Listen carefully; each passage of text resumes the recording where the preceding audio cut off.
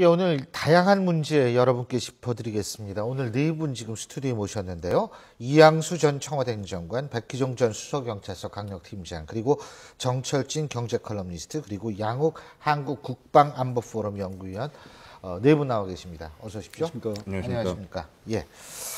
자, 신동빈 회장이 좀 아까 화면에서 보셨습니다만 오늘 또 한번 머리를 숙였습니다. 논란이 됐던 여러 가지 문제에 대한 자신의 입장을 밝혔는데요. 먼저 기자회견 육성 듣고 얘기 시작해 보겠습니다. 화면 함께 보시죠. 먼저 롯데는 우리나라 기업입니다.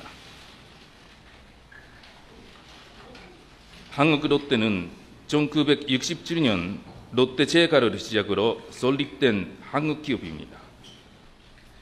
롯데 호텔은 국부가 일본으로 유출된 장꾸가 아닙니다. 아버님의 뜻에 따라 일본 롯데 회사들이 우리나라에 투자하는 투자 장구 역할을 성실히 해왔습니다. 개인적인 부분에 대해서는 언제든지 대화할 생각을 가지고 있습니다. 그러나 경영 부분에 대해서는 좀 별도라고 생각하고 있습니다. 저는 아버님을 많이 존경하고 있습니다. 예, 아주 참 발음도 좀 힘든 발음도 해가면서 열심히 얘기를 했어요. 요점은 뭐냐면 롯데는 한국 기업이다, 대한민국 기업이다 이건데 이렇게 이 부분을 강조하는 거, 그 결국은 지금 워낙 롯데의 반대 감정이 많아서 그런 거 아니겠어요? 그렇습니다. 이번이 이제 세 번째 사과거든요. 뭐 지면 사과 있었고 공항에서 고개 숙였던 사과 있었고 이번 직접 기자회견 사과였는데 방금 말씀하신 것처럼 반 롯데 지금 정서 감정이 심상치가 않습니다. 이대로 가면은 정말 기업의 존립이 위험할 정도인데 어쩔 수 없이 그래서 이번에 처방이 나왔고 구체적인 개혁안이 나왔는데 그 개혁안 역시도 실은 한국 기업이다, 롯데라는 것을 이걸 좀 강조한 차원의 개혁안이었습니다. 이게 뭐냐면 호텔 롯데를 상장하겠다라는 얘기였거든요. 지금 많이 나오는 게 호텔 롯데가 한국 롯데에서 거의 지주회사인데 호텔 롯데의 주인이 실은 일본들입니다. 일본 롯데홀딩스, 일본의 L투자회사. 그러니까 이렇게 되니까 지금 일본 기업 아니냐 얘기가 나온 거 아닙니까? 그러니까 이번 기자회견을 통해서 어쨌든 핵심은 그 호텔 롯데를 한국 주식시장에다 상장하겠다.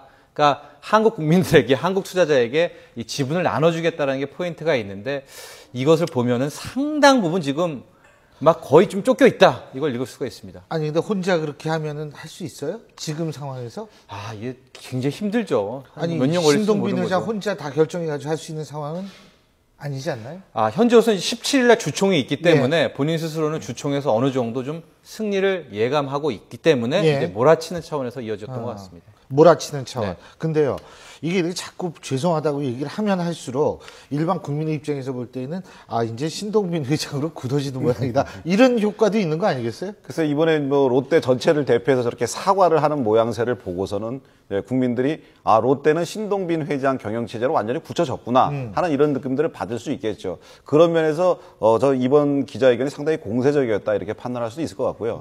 내용 면에서도 보면 좀 전에 이제 그 호텔 롯데 상장 부분도 있고요. 그 다음에 416개의 순환고리 출자 중에서 80%를 연내에 개선하겠다라고 이야기를 했거든요. 상당히 그러려면은 그 순환 출자 고리들을 전부 다 사재로 막는다고 치면 상당히 많은 본인 입으로도 한 7조 원 정도가 들 거라고 그러는데요. 그럼 막대한 사재 출연이 이루어진다 하는 점에서 만약에 실행이 된다면 굉장히 파격적이 되지 않겠느냐 생각이 들고요.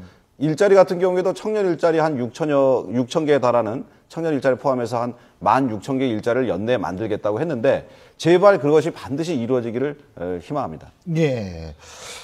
근데요, 오늘 또 처음 알았는데 롯데 일가의 6명의 국내 재산 어마어마해요. 그렇습니다. 이 5조 원, 5조 6천억 대 이르죠. 재벌닷컴이라고 해서 이제 어떤 식으로 조사를 했냐면요. 국내 재산이고요. 등기돼 있는 것들, 가령 주식이든 부동산이든 것들을 한해서 이제 파악을 한 건데, 일단 보면은 신동빈 회장 같은 경우가 2조 1천억이 넘습니다. 이게 그러니까 주식 가치, 부동산 가치, 주식은 상장된 것, 비상장된 것들이고요. 그 다음에 이제 신동주 전 부회장이 1조 9,100억 정도, 그 다음에 신격호 총괄 회장은 오히려 7,600억밖에 안 되는데 이걸 오해하시면 안 되는 게 예. 신격 회장의 상당 부분의 자산은 일본에 가 있죠. 그러니까 일본 롯데홀딩스, 광윤사, L투자 회사니까 훨씬 더 큰 겁니다. 그 다음에 이제 많이 오늘 세간에 좀 나왔던 것이 저 셋째 부인 서미경 씨 재산도 760억. 예. 그다음에 딸이죠. 신유비 씨까지 합쳐가지고 1,000억에 육박한다고 하는데 오늘 이렇게 점심시간에 얘기 이런저런 얘기를 나눴는데 가장 알토란 같은 재산은 서미경 씨 재산이다. 왜냐하면 앞에 신동빈 회장, 뭐 신동주 전 부회장 같은 게 평가 가치입니다. 예. 그러니까 뭐 팔 수도 없고 아무것도 없는데 저 서미경 씨 재산, 부동산 목록 같은 것들은 지금 완전히 뭐 추정가액들 나오고 있는데 예. 월세 따박따박 들어오는 그런 부동산 재산 아닙니까? 그래서 가장 알토란 같은 재산이다. 뭐 그러면서 어떤 롯데 일가의 또 재산까지 공개되는 상황이 이루어졌습니다. 예. 근데 이거 이렇게 자산을 보면은 참 그래도 1,000억 되면 굉장히 검소해 보이는. 예? 아니 조 단위가 막 나오다가 참 이런 걸 보면 일반 국민의 입장에서 볼 때 굉장히 좀 허탈해요. 예. 근데 이제 이분들 그 재산이 과거에 한일 그 협정에 의해서 예. 국내에서 그 버는 소득에 대한 소득세는 한국에서 내고 일본에서 버는 소득에 대한 건 일본에서 내고 할 정도로 한일 간의 재산이 분할돼 있다고 지금 보여지거든요. 예. 그러면 일본에 이에 못지않은 재산이 있을 것이다. 예. 그렇게 따졌을 때 이 CC 일가의 재산은 정말 상상을 초월하는 재산이다 이런 생각이 듭니다. 그렇죠. 아니 이게 진짜 굉장히 그 어마어마한 그러니까 재벌이죠. 네? 그런데 자 이것도 간단하게 좀 짚고 넘어가야 될 것이 뭐냐면 사실 지금 재벌 광복절 특사 문제가 지금 나오고 있는데 지금 뭐 누가 된다 누가 안 된다 뭐 일부 언론에서는 그렇게 보도하고 있지만 우리가 그건 확실하게 알 수가 없는 상황이죠. 청와대에서 그런 얘기했죠. 이 원칙이 있다는 거죠. 사면에. 네. 그렇게만 하게 되는데 지금 일단 최태원 SK그룹 회장, 김승현 하나그룹 회장, 구자원 LIG 회장 이 세 명의 이름이 오르고 있죠. 네. 어떻게 예상하십니까? 10일에 그 사면심사위원회가 열렸다고 합니다. 그 사면심사위원회에서 민생사범이라든지 그다음에 가벼운 생계형 절도범이라든지 교통법규 위반자라든지 이런 분들 한 200만 명을 포함해서 이제 정계 인사들은 뭐 뇌물이라도 정치자금법 선거법 위반하는 이런 분들은 구제하지 않고 예. 경제인 중에서도 최소한을 하는 게 맞지 않느냐.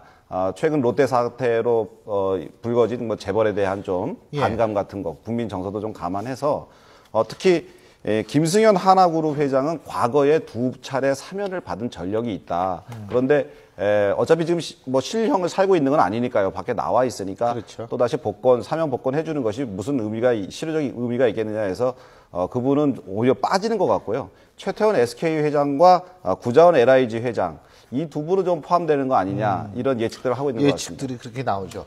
어떻게 보세요? 이 경제적인요? 글쎄 말입니다. 제가 보기에 그 사면심사위원회에서 김승현 회장을 배제했던 그 이유는 근데 좀 적확하진 않았던 것 같아요. 왜냐면 2008년 8.15 특사 보면은 김승현 회장도 그때 특사 받았지만은 최태원 회장도 같이 받았었거든요.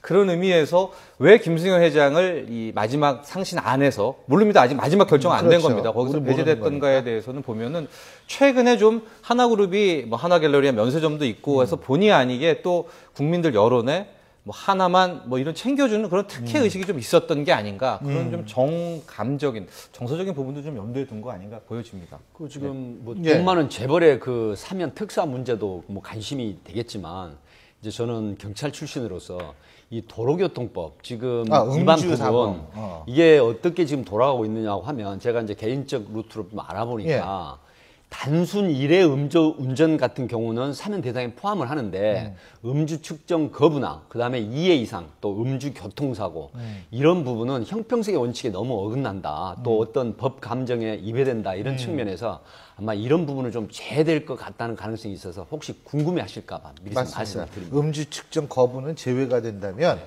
들이대면 그냥 그 술 먹고 절대로 운전하시면 안 되고 어쨌든 경찰의 공무집행에 적극 이 협조를 해줘야지 나중에 이 사면이라도 받을 수 있다 이 말씀이시죠. 그렇습니다.